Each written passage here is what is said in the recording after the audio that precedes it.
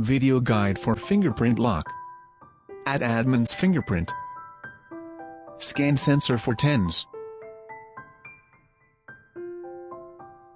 Blue LED flashes, move away the finger. Blue LED keeps on, press the finger.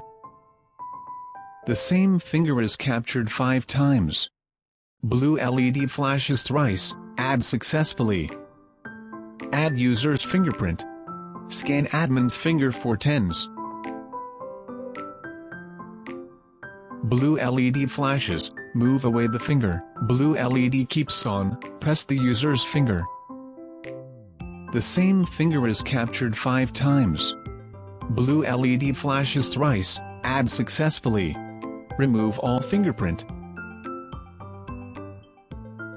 Scan admin's finger for 15s.